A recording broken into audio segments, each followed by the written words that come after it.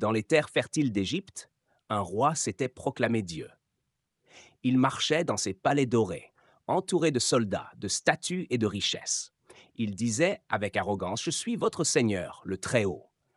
Aveuglé par le pouvoir, il refusait de voir la vérité.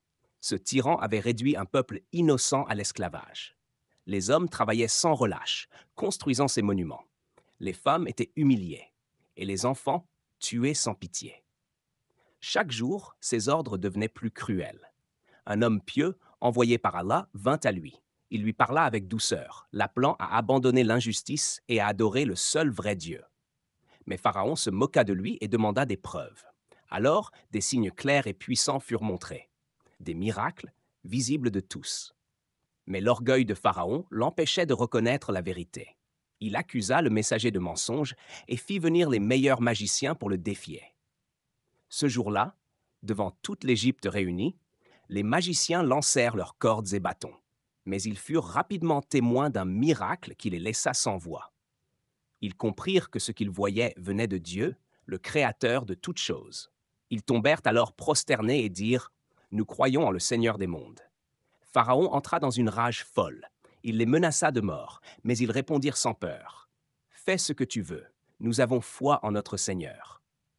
C'est alors que les croyants, guidés par leurs messagers, quittèrent l'Égypte. Dans la nuit, ils avancèrent rapidement, fuyant l'oppression. Mais derrière eux, Pharaon lançait son armée à leur poursuite, avec chars, chevaux et torches. Devant eux se dressait la mer. Derrière eux, l'armée. Alors, sur ordre d'Allah, la mer s'ouvrit. Un chemin sec apparut entre deux immenses murs d'eau. Les croyants traversèrent, guidés par la foi. Pharaon, dans son orgueil, entra aussi dans la mer avec ses troupes. Il croyait pouvoir les rattraper. Mais lorsque les croyants furent en sécurité, la mer se referma brutalement. L'eau engloutit les soldats. Pharaon, emporté par les vagues, comprit enfin, mais trop tard. Il cria: Je crois en celui en qui les enfants d'Israël croient. Mais il était trop tard.